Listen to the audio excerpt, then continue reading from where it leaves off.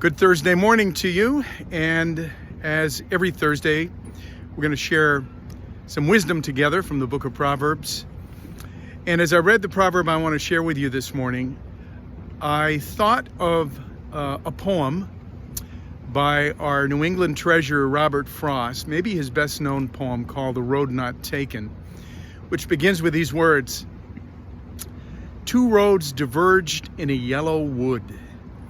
And he tells the story in this short poem about taking a walk in the fall in New England and coming upon two roads and then having to decide which one he would take. One he saw was well worn, that many had traveled it, and he chose the other one, which was not so well worn. And the message of the poem is, he ends the poem with these words. He said, "This has made all the difference."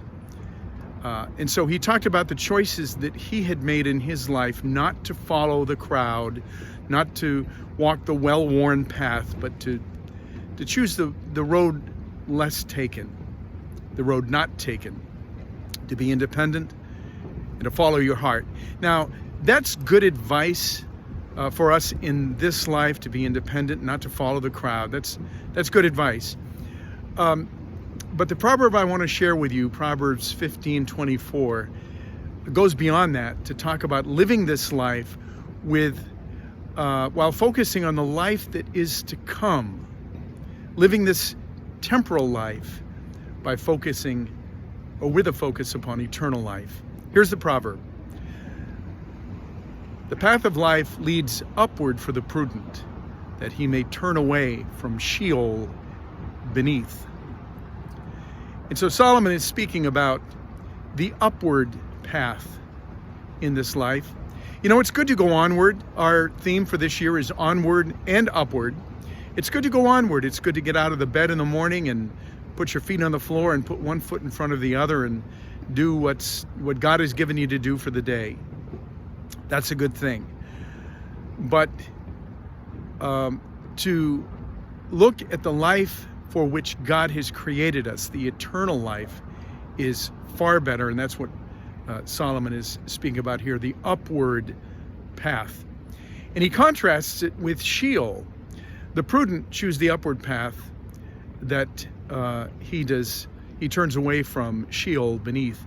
In the Old Testament, Sheol was a concept that was pretty vague. In general, it was the resting place of the dead.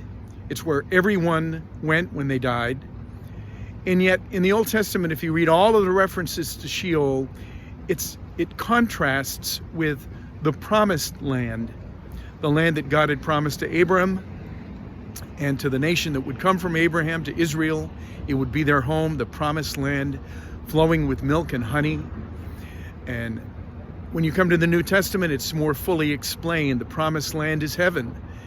It is the place for which God has made you to live eternally in the presence of God. And it's contrasted with hell, eternal separation from God. And so God calls us to live this short life with a view toward the eternal home that God has made us for. It's just a different way of thinking, a different perspective on life.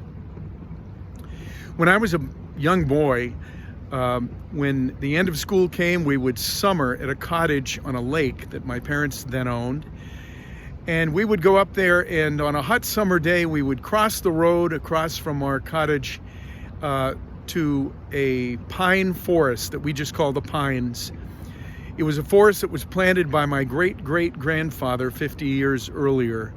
Red pines, all in perfect rows, and we would walk up the hill through the pine trees, which seemed like forever, up this long hill. And we would come at the top to a large rock, and we would climb the rock and turn around, and wow, what a view. It was a different world. It was like you could see for miles, and that lake seemed like a little puddle. And the boats, the motorboats that were, which you couldn't hear, you could see tracing lines across the water. It was an amazing sight, and we would sometimes take a lunch and just sit up there and live in that world for a little while. Well, for the Christian, that's the challenge, is to get out of the world and to live with a sense of that world that God has created us for, the eternal world, eternal life. It's a different perspective. It gives you a different perspective on every day. I opened with a poem. I'll close with part of a poem by William Wordsworth, the English romantic poet.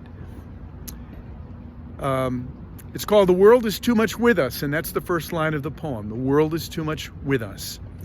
It's a sonnet. It's a reflection on the Industrial Revolution and how people had abandoned their connection with the earth, the agriculture, and had kind of embraced that life that was now tied up with machines and industry and making money. And so he says the world is too much with us. And that's true. That's true for the Christian. It's hard for us to leave this world and the troubles and the trials of this world and to remember that world that is to come, to live with a sense of eternity for which God has made us.